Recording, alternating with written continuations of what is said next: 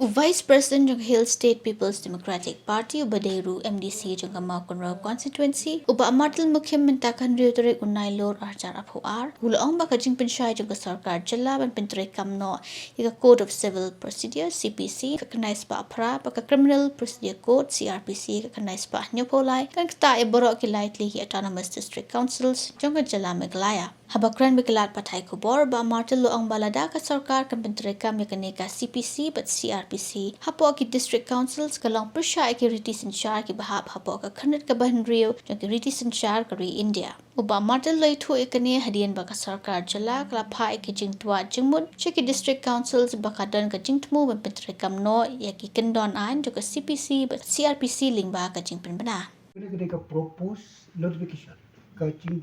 temu jo sarkar ban penana syarhi ban penrekam ya kini ki art code te handai kumno ka patla ban notify ka kumkalong menta ban penbana te lapha ru ya kini sya baro ki discount bakin ai cimut alor jongkane te ha ka cing syam jongi kene ka jing temu ban notify ban penbana ya kini ki art code ke CPC bat ke CRPC kalau ka way na kiba Ktah ba ya ki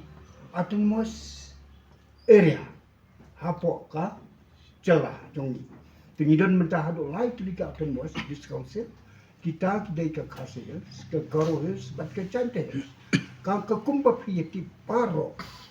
hangne kumbala enshrine ha ka Constitution of India ha ka 60 mobitik haka 244 para 4 and para 5 yakini ki judiciary lak pen khambo haka haki autonomous council haki chela baro kawai haka bamut kini ka di council ki la ban sna kanu ka an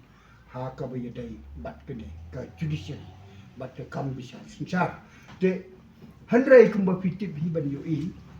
hak ba bon ki khat wala de kam don kene ka notification ru ka state government ngam ong misuse ka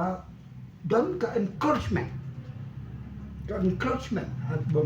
hak ba bon ba ki banta jong ki chingi de ko chuni hak ki chingi hapo biki autonomous areas te ni menta ni markani ka one from reliable sources Tingi mut ba ka government ni don luka ching smell ba